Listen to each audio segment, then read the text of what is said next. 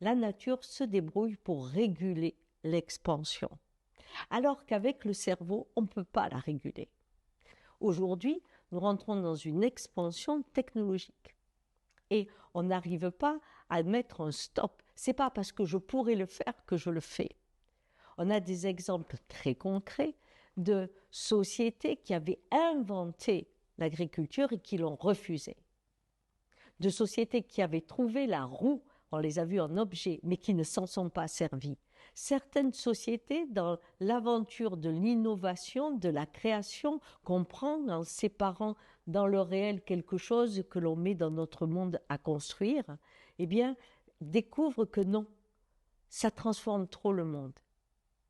Vous savez que vous pouvez tuer et vous ne le faites pas.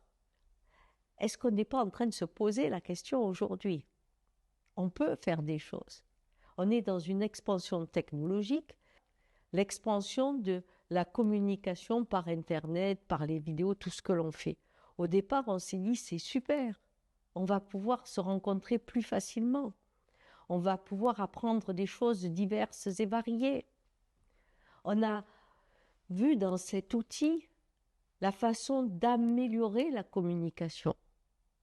Or, aujourd'hui, telle qu'elle se développe, elle amène à l'isolement. Et l'information commence à être à nouveau sélective. On piège les gens dans des tribus avec des vérités et des grands rêveurs pour chacun.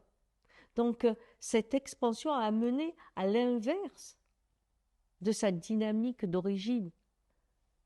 Et la Terre aussi, dans ces richesses que l'on épuise, dont on sait qu'elles sont limitées, mais dont on garde le geste de l'illimité, amène une expansion où ce que l'on croyait être une nourriture infinie nous prévoit la disette à venir. Et cette dynamique qui va avec la nature de chacun, comme il n'y a pas le corps pour l'ancrer dans la mesure, elle nous fait vivre dans le rêve et on se sent très fort.